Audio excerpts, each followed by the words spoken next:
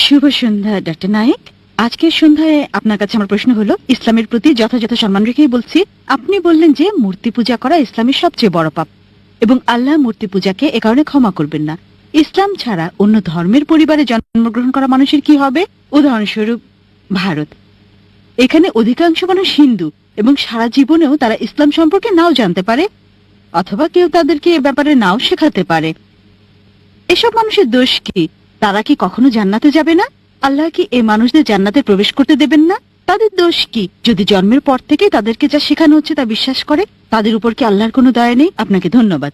বোন, খুব ভালো প্রশ্ন করেছেন, খুবই যৌক্তিক প্রশ্ন। শ্রোতা ডক্টর জাকির নায়েক স্যারকে একজন প্রশ্ন করেছেন যে পৃথিবীর মধ্যে সবচেয়ে বড় গুনাহ মূর্তি পূজা করা। প্রদর্শক শ্রোতা এমনই প্রশ্ন ডক্টর জাকির নায়েক স্যার করা হয়েছে।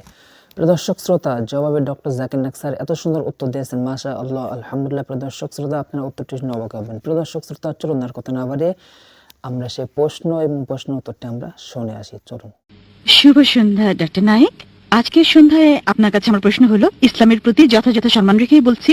আপনি বললেন যে মূর্তি পূজা করা ইসলামের সবচেয়ে বড় পাপ এবং আল্লাহ মূর্তি পূজাকে এ কারণে ক্ষমা করবেন না।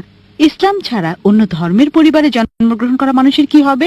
উদাহরণস্বরূপ ভারত, এখানে অধিকাংশ মানুষ হিন্দু এবং সারা জীবনেও তারা ইসলাম সম্পর্কে নাও জানতে পারে, অথবা কেউ তাদেরকে এ ব্যাপারে নাও শেখাতে পারে। এসব মানুষের দোষ কি? তারা কি কখনো জান্নাতে যাবে না? আল্লাহ কি এই মানুষদের জান্নাতে প্রবেশ করতে দেবেন না? তাদের দোষ কি যদি জন্মের পর থেকে তাদেরকে যা শেখানো হচ্ছে তা বিশ্বাস করে? তাদের উপর কি আল্লাহর কোনো দয়া নেই? আপনাকে ধন্যবাদ। বোন, খুব ভালো প্রশ্ন করেছেন, খুবই যৌক্তিক প্রশ্ন। অমুসলিম পরিবারে জন্মগ্রহণ করে মানুষদের ব্যাপার কি, আর তাদের পিতামাতা মূর্তি পূজা করছে, তো দোষটা কার? আল্লাহ কেন তাদের শাস্তি দেবেন? খুবই ভালো প্রশ্ন। এই কারণে আমাদের প্রিয় নবী মুহাম্মদ সাল্লাল্লাহু আলাইহি ওয়াসাল্লাম বলেছেন, প্রতিটা শিশু দ্বীনুল ফিতরের উপর জন্মগ্রহণ করে, প্রতিটি শিশু মুসলিম হিসেবে জন্মগ্রহণ করে, হোক তার জন্ম ইহুদি পরিবারে, খ্রিস্টান পরিবারে, হিন্দু পরিবারে অথবা মুসলিম পরিবারে, সে মুসলিম হয়ে জন্ম নেয়। আগে আমি বলেছি, মুসলিমের সংজ্ঞা হচ্ছে যে ব্যক্তি নিজের ইচ্ছাকে আল্লাহর কাছে সমর্পণ করে। তাই প্রত্যেকটা শিশু জন্মের সময় তার ইচ্ছাকে আল্লাহর কাছে সমর্পণ করে, পরে প্রভাবিত হয় বয়োজ্যেষ্ঠদের দ্বারা, পিতামাতার দ্বারা, শিক্ষকদের দ্বারা, তারপর মূর্তি পূজা শুরু করে, অগ্নি পূজা শুরু করে, ভ্রান্ত পথে চলে যায়। এ কারণে যখনই কোনো অমুসলিম ইসলাম গ্রহণ করে, তখন তার জন্য সঠিক শব্দটা হচ্ছে রিভার্ট। কনভার্ট না। কনভার্ট মানে এক ধর্মবিশ্বাস থেকে অন্য ধর্মবিশ্বাসে যাওয়া। রিভার্ট মানে কেউ সঠিক পথে ছিল, ভ্রান্ত পথে গিয়েছিল, আবার সঠিক পথে ফিরে এসেছে। তাই যথার্থ শব্দটা হচ্ছে রিভার্ট।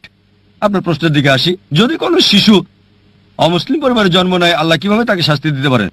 এই কারণে কোনো শিশু অমুসলিম পরিবারে জন্ম নিয়ে বালেগ হওয়ার আগে যদি সে মারা যায়, সে জান্নাতে যাবে ইনশাআল্লাহ। কেন? কারণ প্রত্যেক শিশুই তার ইচ্ছাকে আল্লাহর কাছে সমর্পণ করে। সে মুসলিম, তার হিন্দু অথবা খ্রিস্টান যে কোনো নাম হতে পারে, জন, রাম, এতে কোনো সমস্যা নেই। কিন্তু যদি শিশু বলে গণ্য হয় আর যদি সে অবস্থায় মারা যায়, তাহলে জান্নাতে যাবে, মুসলিম বা অমুসলিম যে পরিবারে সে জন্মগ্রহণ করুক না কেন। পরবর্তীতে যখন সে বড় হয়ে ওঠে এবং বালেগ হয়, তখন সে দায়ী হয় তার নিজের কাজের জন্য।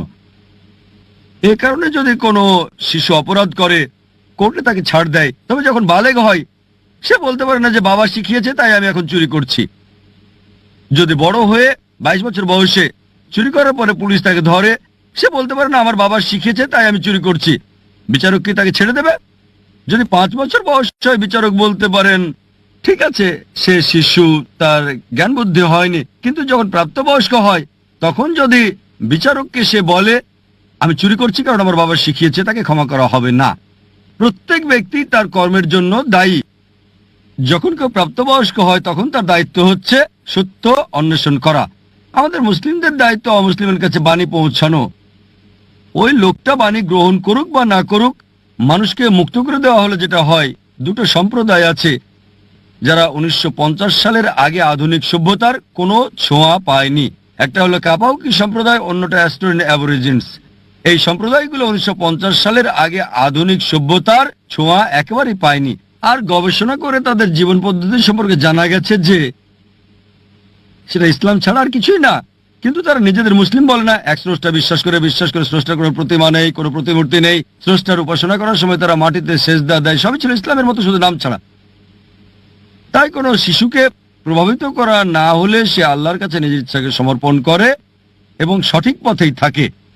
প্রাপ্তবয়স্ক হওয়ার পরে আমাদের মুসলিমদের দায়িত্ব হচ্ছে ইসলামের বাণী অমুসলিমদের কাছে পৌঁছানো। যদি আমরা না পৌঁছাই, আল্লাহ আমাদের হিসাব নেবেন। তিনি আমাদের হিসাব নেবেন। কিন্তু আমরা আমাদের কাজ করি বা না করি আমরা দায়ী হব। কিন্তু কোরআনে আল্লাহ বলেন সূরা ফুসিলাত অধ্যায় নম্বর 41 আয়াত নম্বর 53, सनूरीहिम आयातिना फिल आफाकी व फी अनफुसिहिम हत्ता यतबय्यन अन्नहुल हक। আমি তোমাদেরকে আমার নিদর্শনাবলী দেখাবো দূর দিগন্তে আর তাদের নিজেদের মধ্যেও, যতক্ষণ না তাদের কাছে স্পষ্ট হয় এটাই সত্য। আল্লাহ নিজেই দায়িত্ব নিয়েছেন যে তিনি নিজেই প্রত্যেক মানুষের কাছে সরাসরি বাণী পৌঁছে দেবেন। যদি কোনো মুসলিম তার কাজ নাও করে, সে ভালো বা মন্দ যায় উদাহরণ দেখ, আল্লাহ প্রত্যেকটা মানুষের অন্তরে উদয় করবেন, হোক মুসলিম বা অমুসলিম, সত্য সম্পর্কে এক স্রষ্টা সম্পর্কে। তাই একবার বাণী পৌঁছার পর ওই মানুষটা মানতেও পারে নাও মানতে পারে, এটা ভেবেও মানতে পারে যে আমি যদি ইসলাম গ্রহণ করি আমার পছন্দনীয় বিষয়গুলো বর্জন করতে হবে, অ্যালকোহল বাদ দিতে হবে, ডেটিং ডান্সিং বাদ দিতে হবে এবং অন্যান্য বিষয় যেগুলো হারাম, ওই বাণী গ্রহণ নাও করতে পারে, তখন সে দায়ী হবে। একইভাবে বাবা যদি ভুল কিছু শেখায়, চুরি করা, এটা বোঝা আপনার দায়িত্ব যে চুরি করা হারাম, এটা পাপ, এটা ভুল কাজ। সে বিচারকের কাছে গিয়ে বলতে পারে না যে আমার বাবা শিখিয়েছে তাই আমি চুরি করি। একইভাবে আল্লাহ তার বাণী সরাসরি পৌঁছাচ্ছেন প্রত্যেকটা মানুষের অন্তরে, হক সম্পর্কে, স্রষ্টার একত্র সম্পর্কে, যে মূর্তি পূজা নিষিদ্ধ। তবুও যদি সে ক্ষান্ত না হয় তখন সেটাই হবে বিচার দিবসে। এ কারণে আল্লাহ বলেন কোনো অমুসলিমই আল্লাহর বিচার সম্পর্কে আপত্তি করবে না, কারণ অঙ্গ প্রত্যঙ্গ আপনার সম্পর্কে সাক্ষী দেবে, আপনার চোখ হাত আপনার ব্যাপারে কথা বলবে।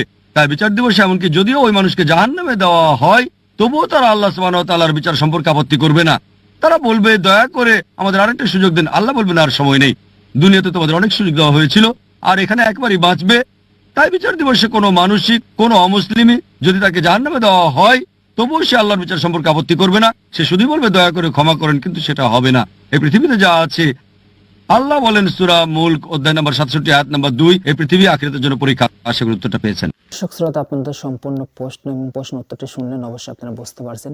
প্রিয় দর্শক শ্রোতা, এবার আপনাদের কি মূল্যবান মতামত অবশ্যই কমেন্ট বক্সে জানিয়ে দেবেন। সবাই ভালো থাকবেন, সুস্থ থাকবেন। আসসালামু আলাইকুম ওয়া রাহমাতুল্লাহ।